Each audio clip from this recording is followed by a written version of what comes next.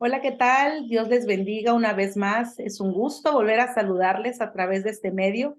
Y bueno, espero que las lecturas que ya dimos previamente nos hayan ayudado a poder tener esa introducción a lo que es el mundo de la consejería infantil. El propósito de esta lección o de este contenido es que podamos sensibilizarnos cada vez más, de entender que Dios nos puso en un área donde vamos a trabajar con niños, donde vamos a desempeñar el ministerio infantil y cuán necesario es que nosotros podamos adquirir herramientas para poder abordar situaciones como las que ya leímos y que las vamos a ahondar un poco más aquí en esta sesión y de esa manera nosotros aprender para poder ayudar a otros niños que vienen a nuestras iglesias y tal vez algunos de ustedes se sintió identificado con alguno de los casos. Bueno, ese es el propósito, de que nosotros podamos cada vez más tener la facilidad de identificarnos con ese tipo de problemáticas y que podamos abordarles de la manera correcta. Así que voy a compartir pantalla en esta hora y vamos a compartir este tema que son principios introductorios de lo que es la consejería bíblica. Como bien ya sabemos que estamos enfocados a los niños y a los adolescentes o a los preadolescentes. En esta sesión yo quiero hablarles sobre cómo podemos nosotros ayudar a los niños y también vamos a poder abordar el tema de la forma en la que se tiene que orientar al momento o nosotros cómo podemos orientarnos para en el momento en el que nosotros vamos a aconsejar a un niño.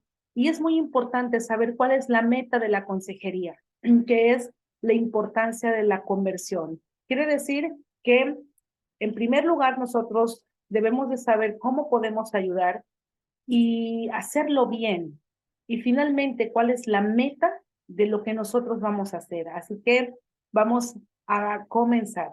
¿Cómo puedo ayudar a los niños?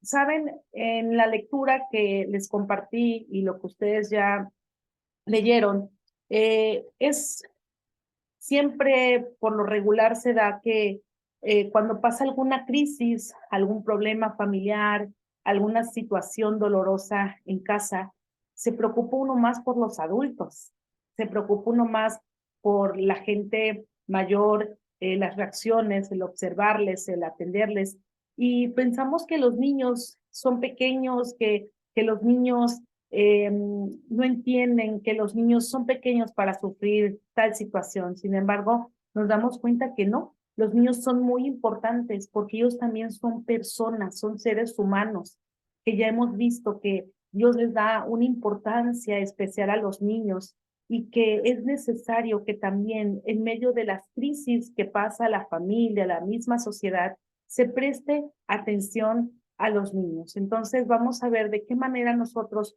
podemos ayudar a los niños y para eso vimos el caso de la maestra Beatriz. ¿Cuántos se identificaron con este caso o con esta maestra o cuántos desearon ser Beatrices?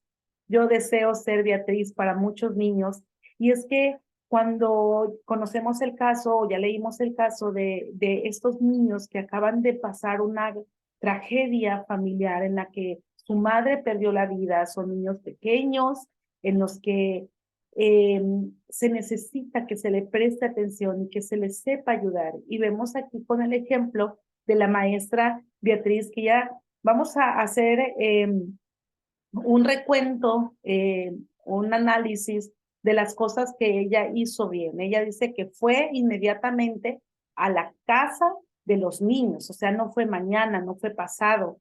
Eh, Cuando nosotros veamos situaciones que están viviendo las familias o circunstancias difíciles en las que se están enfrentando y sabemos que hay niños, y cuando nosotros estamos identificados con el ministerio infantil y sabemos que Dios nos ha colocado en esa área tan importante de cuidar a los niños, no es una área en la que, bueno, aunque sea que allí sirvas, no, no. El área infantil, el ministerio infantil es tan valioso en la obra de Dios porque estamos impactando a las nuevas generaciones y estamos marcando el resto de sus vidas.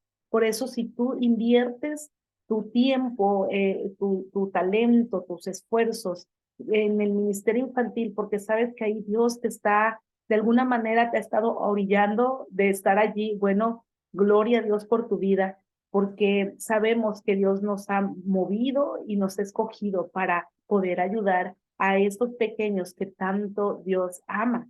Así que cuando sepamos de alguna situación, lo primero que tenemos que desarrollar para poder ayudar a los niños es la sensibilidad, es la empatía, es el saber que es inmediatamente, cuando sé que pasa esto, yo tengo que hablar, yo tengo que buscarle. Por allí hay una canción de un gran escritor, eh, entre nosotros, el de la maestra de Pedrito.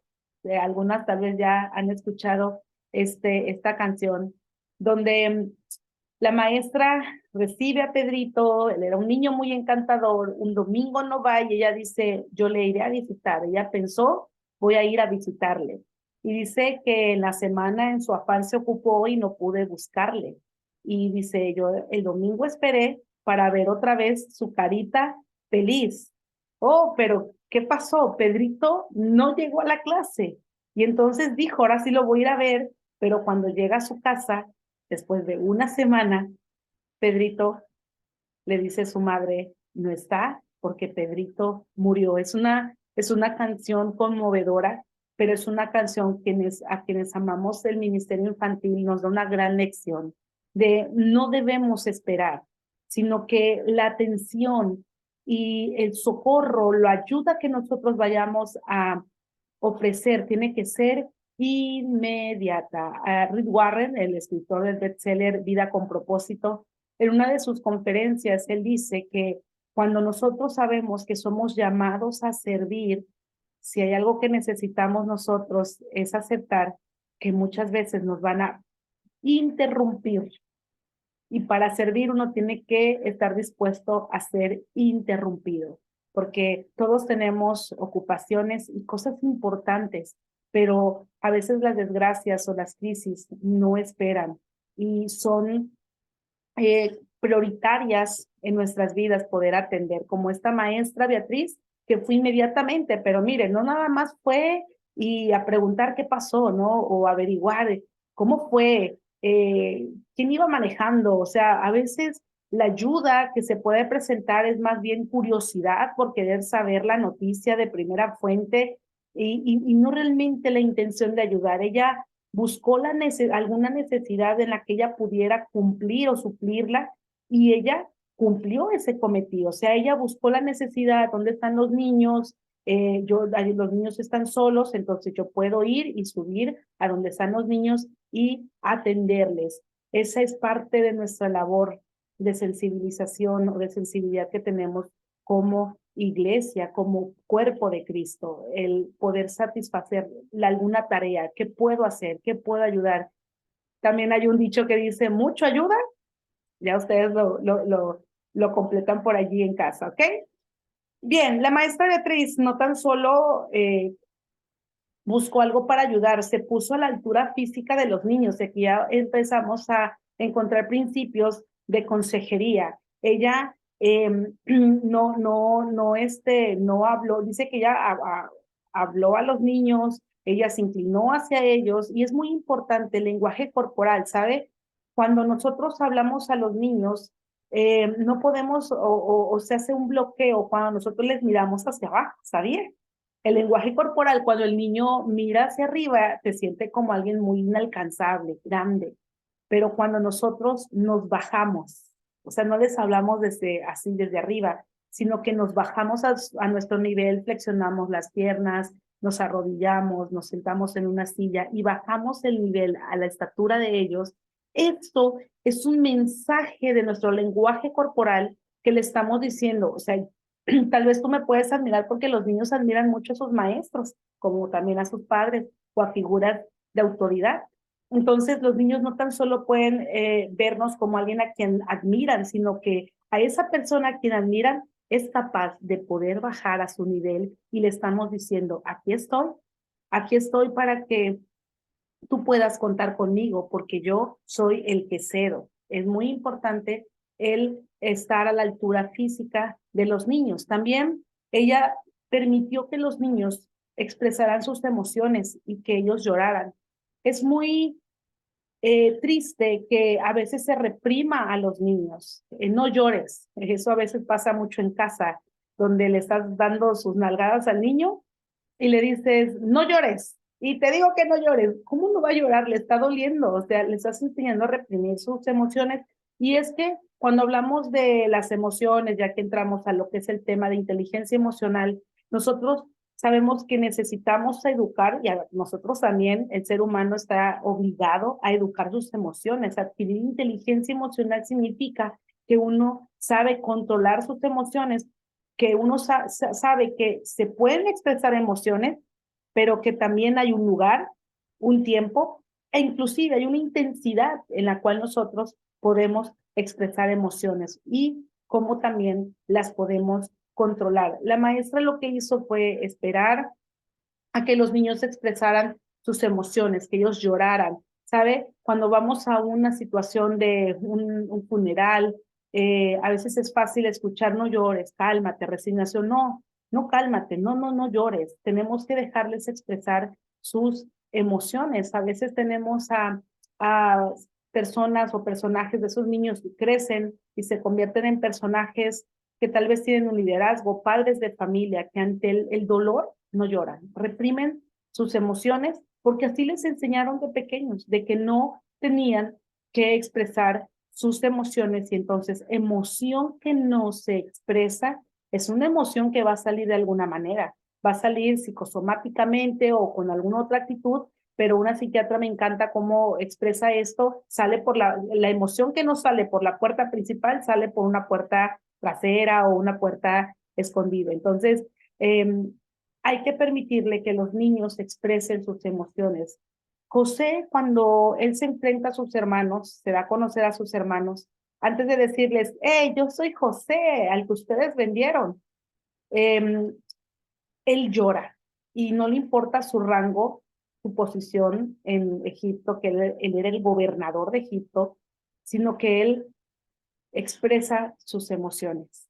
Aún así se enterara todo Egipto, se escuchara hasta la casa de Faraón o se dieran a conocer los gritos de dolor, porque José estaba expresando ese momento, todo el dolor que había pasado desde que los hermanos le habían vendido. Entonces, el mismo Jesús también, cuando estaba frente a la tumba de Lázaro y al ver quebrantadas a sus hermanas, dice la Biblia que Jesús también lloró. Por lo tanto, debemos dejarles espacio a los niños, que ellos puedan expresar sus emociones. La maestra Beatriz supo dejarle esa parte a los niños para poder expresar su llanto y afirmó que la madre había muerto y usó la palabra muerto en lugar de un sustituto. Eso es muy importante. Miren, la maestra primero indagó, ¿no?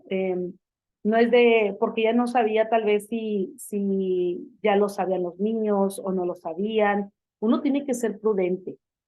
Y ese es otro principio de la consejería. El principio importante es la prudencia. Hay cosas que no debemos de preguntar. Hay cosas que tenemos que cerciorarnos antes de, y que tenemos que ser a veces muy sutiles en saber elaborar nuestras propias preguntas para poder encontrar la información adecuada que nos va a ayudar a darle el consejo al niño o intervenir en el caso del niño. Pero ese es todo un arte de poder saber explorar las emociones y los sentimientos del niño.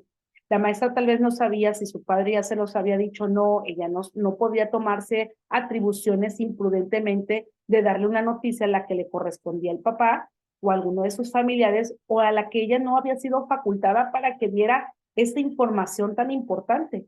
Y ella hace indagaciones de modo que sabe por la boca de los niños que su mami había muerto. Y entonces ella también afirma la muerte de su madre, no le da falsas esperanzas a los niños y usa la palabra de muerte. Y eso es muy importante y lo vamos a ver más adelante, de que no se le puede dar sustitutos. No puede decir es que tu mami tomó un viaje muy largo, es que a tu madre la necesitaban en el cielo y por eso tuvo que subir al cielo para estar con Jesús. O sea, se le tiene que dar el nombre de tu madre ha muerto, tu madre ha fallecido, tu madre ya no está viva, ya no vive entre nosotros como antes lo hacía, ahora ella ha pasado a otra vida, ¿no? La que es la vida eterna, etcétera.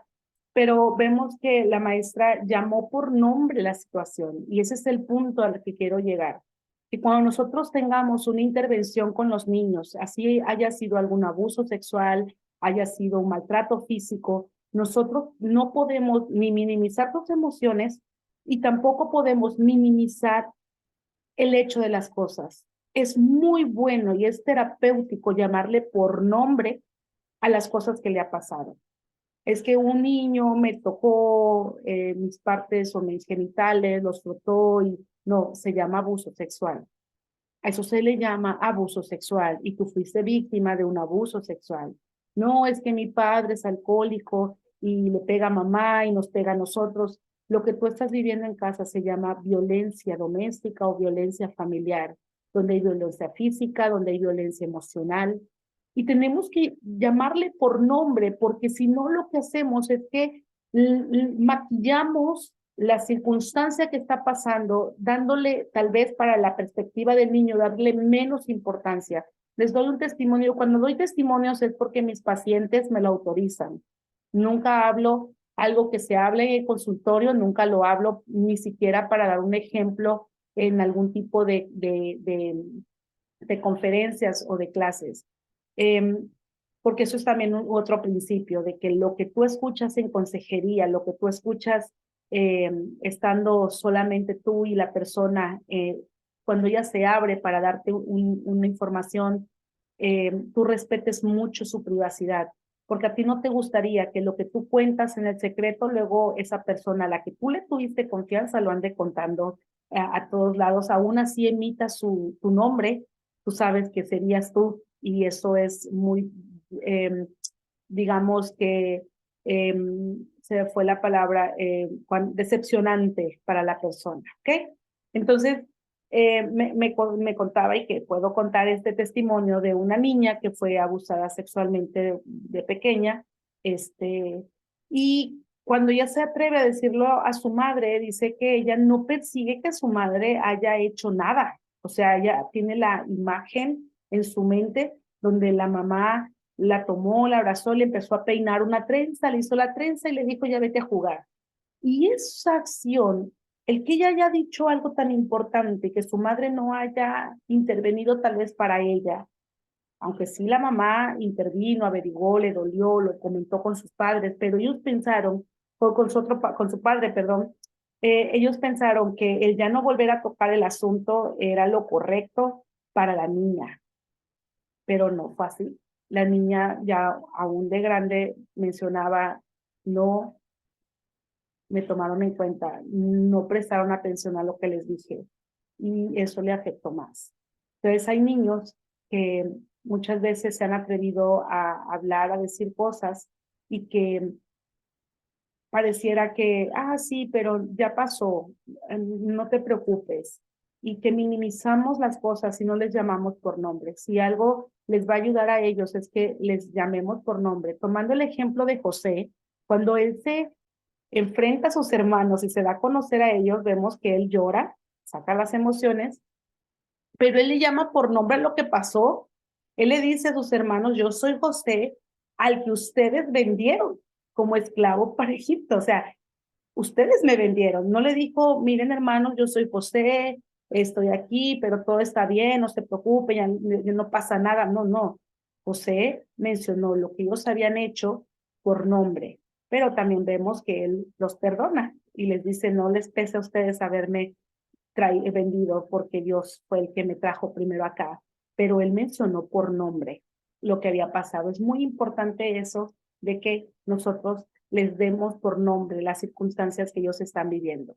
Bien, cuando los niños vemos la historia de que el niño dijo que no quería a Jesús, por ejemplo, Claudia fue la niña que dijo que no quería a Jesús, porque Jesús se había llevado a Dios, a su mamá, perdón, y cómo sería Dios que se había llevado, era un Dios malo porque se había llevado a mamá, ¿saben? Muchas veces los niños están enojados con Dios porque no comprenden y es parte de nosotros mismos como seres humanos, parte del proceso de un duelo, la negación, la ira. Y muchas veces podemos expresar ira, coraje, enojo en contra del mismo Dios. Y cuando escuchemos expresiones así, nos va a dar la tentación de reprender al niño y de decirle, oye, no digas eso, el Señor te va a castigar, mira, y les damos un sermón y ellos no están en ese momento para darles una exhortación de esas duras.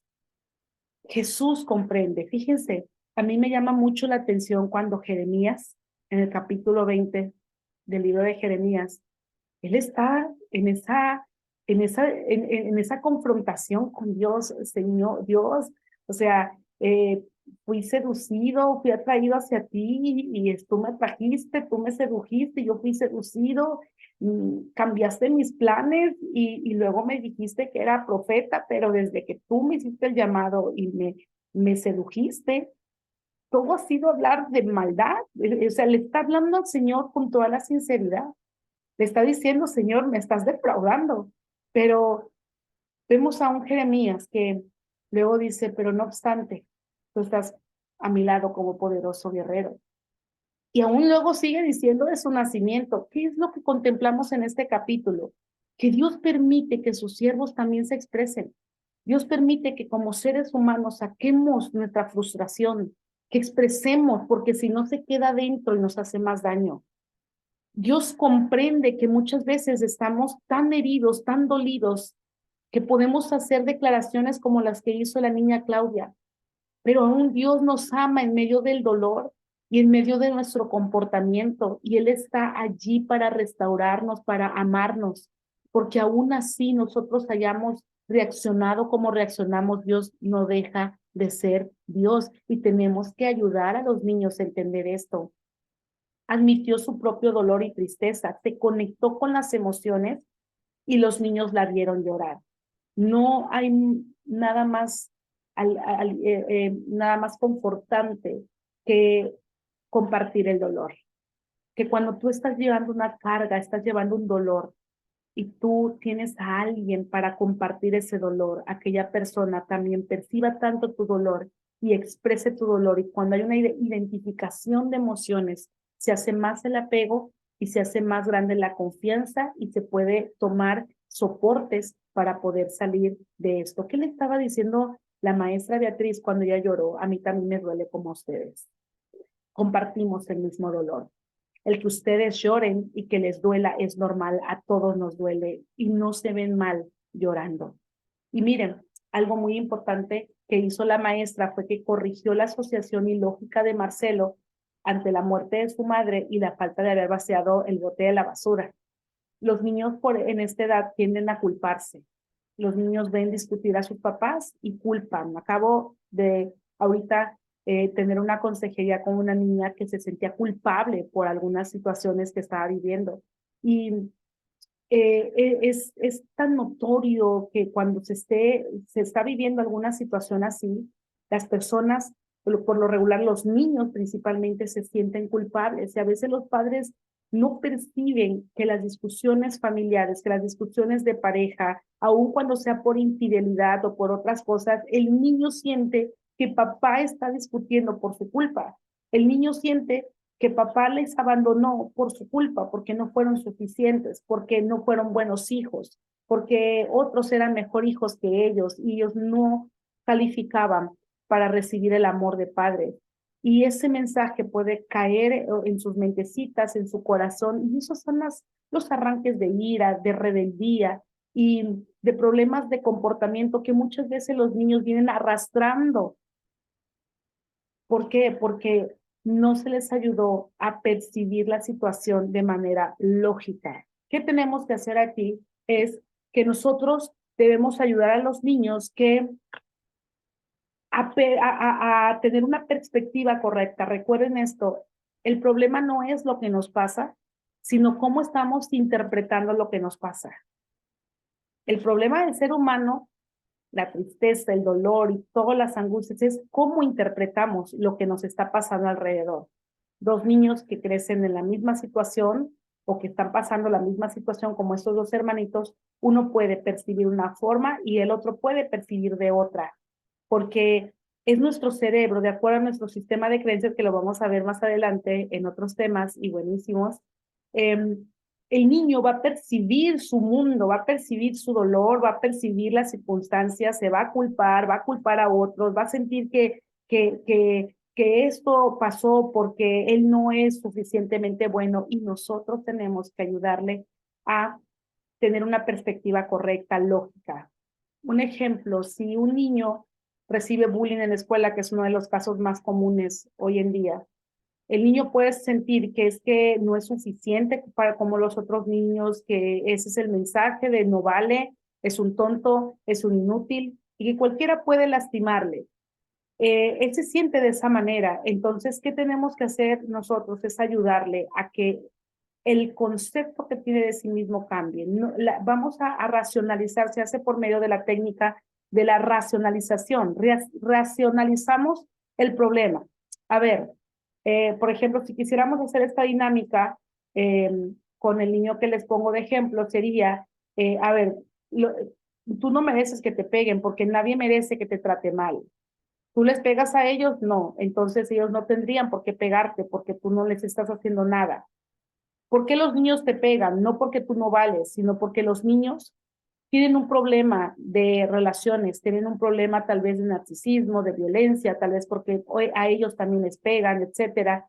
Pero tú no eres el culpable, tú eres una víctima, ellos son los culpables, ellos son los crueles que te están lastimando a ti, y esto no es justo porque tú no deberías de estar pasando esto. Es una injusticia que vamos a resolver, pero tú no debiste de haber pasado esto porque tú eres un ser humano que es valioso y nadie merece sufrir lo que está sufriendo. ¿Sí me explico? En el caso de los niños que decían, o este niño que dice, es que fue mi culpa, mamá se fue porque ella me dijo que sacara la basura y no vacía el bote. Entonces, no, vamos a racionalizar. O sea, no fue tu culpa, no tiene nada que ver el que tú hayas sacado la basura con aquella persona que iba manejando y que lamentablemente pasó lo que pasó. Tú no fuiste culpable y no tuvo nada que ver el accidente con esta acción que tú no cumpliste, ¿sale?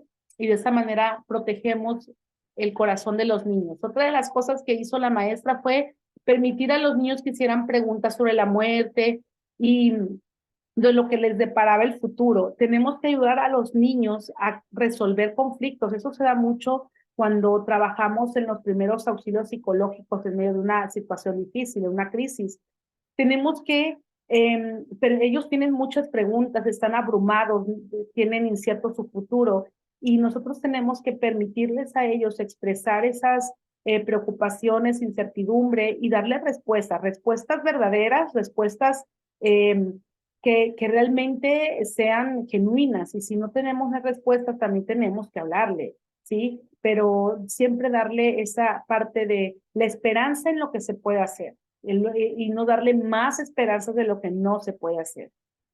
Otra de las cosas es que ayuda a compartir los mejores recuerdos de la madre que había fallecido, y eso les ayuda a ellos a recordar a su madre no desde la perspectiva del dolor, sino desde la perspectiva de la satisfacción, de la alegría, del gozo, del agradecimiento de haber tenido una madre con todo aquello que les ha brindado en vida. Y finalmente ayudó a los niños a ver que Dios no era la causa de la muerte de su madre y que Dios les seguía amando y que Dios no es el culpable. Lo que podría causar mucho daño es cuando decimos Dios se la llevó, es que Dios lo permitió, es que Dios no está en el cielo, porque los niños así lo pueden percibir, como contando a ver quién va, quién no, quién se va, quién no. Dios no es así. El salmista nos dice que que cuando él estaba en el vientre, dice, mi embrión vieron mi embrión te vieron o vieron tus ojos, y en tu libro fueron escritos todos mis días. Quiere decir que desde que nosotros nacemos con una fecha de caducidad. Dios sabe cuándo vamos a morir. Dios sabe si nuestra vida es corta, larga o muy corta. Dios tiene el control de todas las cosas y simplemente es un ciclo de vida, pero nadie sabe cuándo vamos a morir, ¿no? Si no fuera otra situación. Escuché a una persona decir, y me gustó la analogía que tomó, es como si todos estuviéramos en una gran fila, esperando la muerte. Algunos están hasta muy atrás, algunos ya les falta poco, pero así van pasando, así van pasando y así van pasando. Y es así como tenemos que ayudar a los niños a ver las cosas. Bien, voy a reforzar un poco más esto que acabamos de ver con el caso. Yo ahí les puse un caso bastante interesante. Ya quiero leer sus respuestas, porque ¿qué hacemos con un niño cuando ha vivido cierta violencia en casa y está con su corazón partido? Ama a papá, pero ahora papá está acusado, ama a mamá, pero ahora mamá está del hospital a causa de los golpes que le dio papá. Entonces, no quiero perder ni a papá y no quiero perder tampoco a mamá. Entonces, ¿cómo ayudamos a un niño a restaurar el amor de Cristo en su corazón y la figura de ver a un padre como el Padre Celestial? O ver al Padre Celestial cuando él tiene una figura tal vez dañada de lo que es un padre terrenal. Está muy interesante y algo más de esto voy a abordar en esta temática. Y bueno, vamos a ver, aquí ustedes en pantalla tienen que estas características de cómo nosotros podemos aconsejar a los niños. Número uno, los niños siempre van a percibir la insinceridad, o sea, cuando nosotros somos falsos, los niños tienen una capacidad muy potencial para distinguir y para percibir. Ellos realmente quieren que nosotros seamos sinceros con ellos y nosotros tenemos que mostrar esa sinceridad hacia ellos. Los niños también ya dijimos que son propensos a culparse a sí mismos, por lo tanto tenemos que ayudarlos a no culparse de lo que está pasando. Número tres, tenemos que, al momento de intervenir con ellos, tenemos que evitar el simbolismo, ¿sí? No hablarles de que es que tu mamá era una florecita del jardín y entonces Dios quería hacer un ramo de flores en el cielo, cortó la flor y se la llevó. No, porque hay etapas. La siguiente clase vamos a ver un poco más acerca del desarrollo del niño, y hay ciertas etapas en donde los niños eh, van a percibir no de forma simbólica, no distinguen lo simbólico con lo real, ¿sí? Hay que tener mucho cuidado en esta parte del simbolismo, porque los niños pueden confundir las dos cosas, ¿no? O sea, pueden tomar las cosas de manera literal. Otra de las recomendaciones es que nosotros tomemos en serio a los niños. No se les puede tomar como es chiquito, no sabe nada. A veces las mamás hablan o los papás hablan de situaciones difíciles, del problema de infidelidad, de los problemas de la iglesia, del problema de la vecina, etcétera. Y dicen, no, el niño está jugando, el niño no, el niño está percibiendo, los niños son muy inteligentes, los niños aprenden mucho. Los niños están percibiendo, son unas esponjitas que están recepcionando todo lo que pasa, así que no podemos ignorar la presencia de los niños cuando hablemos temas importantes. Tenemos que tomar en cuenta y enseñarle a los padres que los niños son muy importantes, e inclusive como maestra, a veces vienen las mamás o los papás a darte una queja o una pregunta acerca de tu niño, de su niño, perdón. Y por lo regular empiezan a acusar, ¿no? Es que el niño hace esto ahí está presente el niño lo está escuchando. Es que ya no sé qué hacer, maestra, mi hijo es un problema, no me hace caso, es desobediente, es rebelde, mi hijo es el peor de todos mis hijos, los demás son bien tranquilos, pero este es terrible. Y entonces se desahogan los papás y el niño está escuchando. ¿Cuál es el mensaje que está recibiendo el niño? ¿Cuándo va a cambiar? Si el reforzamiento de su sistema de creencias está haciendo, tú eres malo, eres el peor, perdón, eres el que te comportas mal todo el tiempo, el que nos causa mucha angustia, y entonces el niño percibe una heteropercepción que es la autoestima de lo que hacen sus padres y es la forma en la que se va a comportar. Por lo tanto, tenemos que tomar muy en serio a los niños. Si bien sabemos que los niños no son adultos y no los podemos tratar tampoco como adultos, pero son niños, pero que son también muy importantes. Y yo podría decir que tal vez un adulto puede percibir las cosas con mayor madurez, pero un niño no. Un niño es más sensible. Un niño, yo podría analizarlo así, que es como cuando se hace un piso firme de cemento. En algún libro recuerdo lo leí y cuando se tira el cemento blandito, tarda en secar, ¿cierto? Y hasta las personas que hacen esos pisos, los albañiles, ¿qué hacen? Ponen, no sé, obstáculos para que no pase nadie. Porque si alguien pasa y pisa ese cemento fresco, va a marcar el piso, la plancha de cemento. Su huella va a quedar marcada. Porque hay una etapa donde el cemento está blandito y conforme vaya pasando más el tiempo, se va endureciendo un poco más, pero aún todavía está vulnerable a que si algo muy pesado como un ser humano pise esa plancha de cemento, quede hundida la huella. Hasta que llega un punto donde el cemento se endurece completamente y ya ahí sí puede pasar mucha gente y ya no queda marcada, no quedan las marcas, pero lo importante fue que si no lo supimos cuidar, la gente que pasó o el daño que pudieron ver hecho cuando estaba en un proceso donde estaba vulnerable porque estaba hablando, quedará marcado. Y ya cuando endurezca, ya no podemos remediarlo.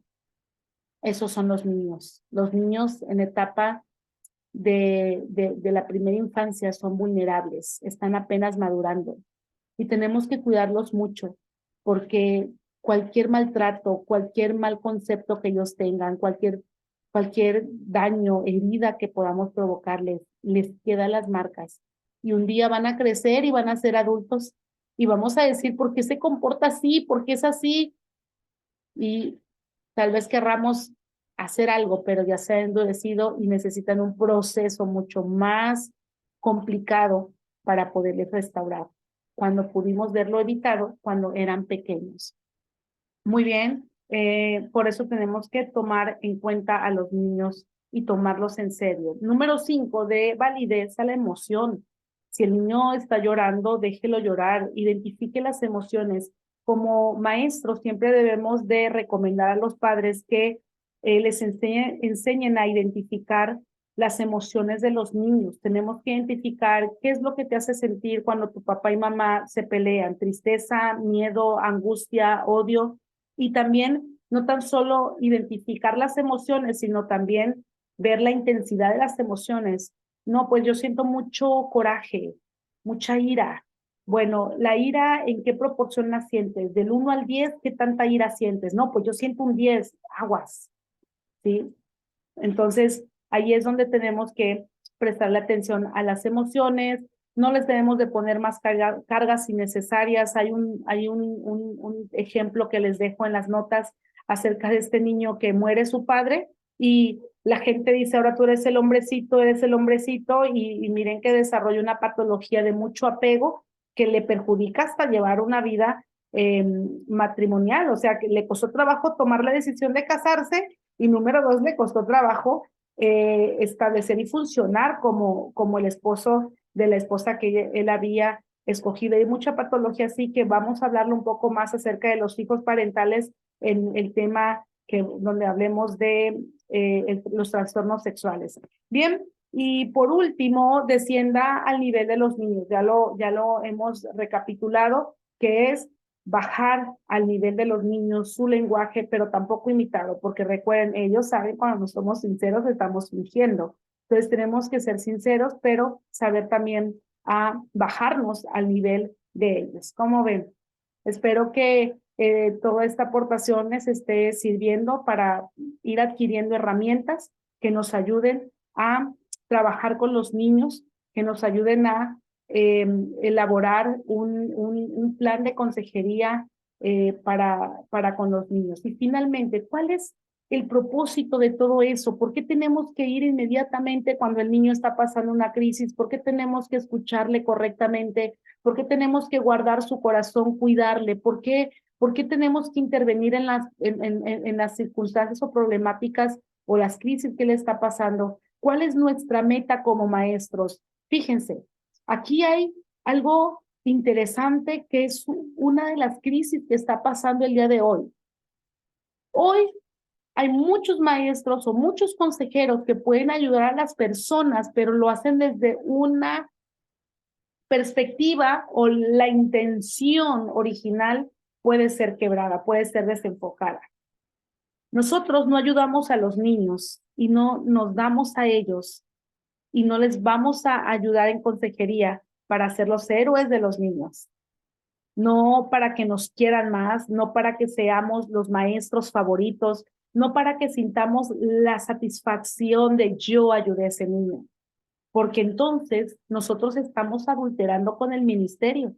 Estamos sirviendo para tener una satisfacción de realización personal y ya no lo estamos haciendo porque sabemos que somos siervos y que servimos a estas nuevas generaciones. Y es una línea muy delgada de la cual nosotros nos debemos cuidar. ¿Cuál es la meta? ¿Por qué hago lo que hago? ¿Por qué doy todo por los niños? ¿Por qué me entrego a los niños? Bueno, porque hay una meta y la meta es la gran comisión de predicarles el evangelio para que ninguno se pierda, sino que todos tengan vida eterna, que fue la razón por la que Cristo murió. Y el objetivo del ministerio infantil es que ellos sean convertidos, que ellos se conviertan, que haya una conversión en sus vidas. Y es que cuando hablamos de conversiones, cuando ellos van hacia un rumbo, puede ser que ahí los esté llevando los problemas familiares, el ambiente, la cultura, el bombardeo social, estén hacia un rumbo. Pero cuando les predicamos a Cristo, como ese mensaje que dio Pedro, después en el día de Pentecostés, que dice que ellos se compujeron de corazón y dijeron, ¿qué debemos hacer? Arrepiéntanse, les dijo Pedro, y bautícense. Entonces ellos dicen, nos arrepentimos y nos bautizamos y ahora seguimos a Cristo.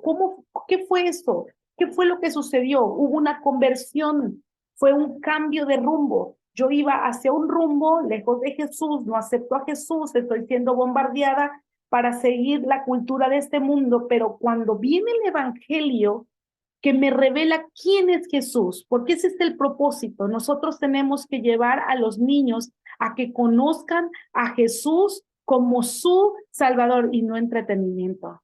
No somos llamados para entretenerlos, somos llamados para que ellos conozcan, para enseñarles a Jesucristo. Y de modo que cuando ellos conocen a Jesucristo, ellos tomen la decisión de decidir qué camino tomar.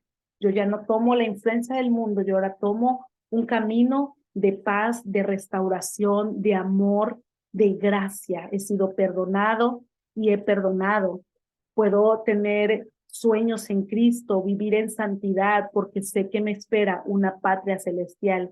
Y esa es la importancia que nosotros debemos de darle, la importancia de la conversión. El propósito es que los niños realmente ellos puedan tener con convicción el camino hacia donde ellos van a llegar. Ese es el propósito que nosotros como maestros tenemos, que no se nos olvide, somos luz para estos niños y somos instrumentos de Dios. Así que yo una vez más les felicito porque usted está en esta capacitación, en este diplomado. Siga adelante, lo que usted haga, hágalo con esa convicción de traer a estos niños a los pies de Cristo. Sígase esforzando, sígase capacitando, porque usted no sabe cuánto Dios le quiere usar a usted para hacer ese bálsamo sanador, para hacer ese instrumento que, a pesar de que haya marcas que estén lastimando el corazón de los niños con el propósito de destruir su futuro,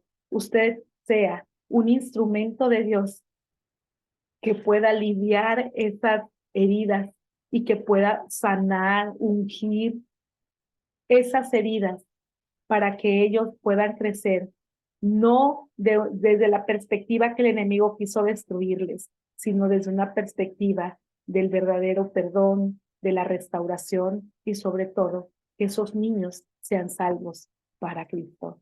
Dios les bendiga y nos vemos en la próxima.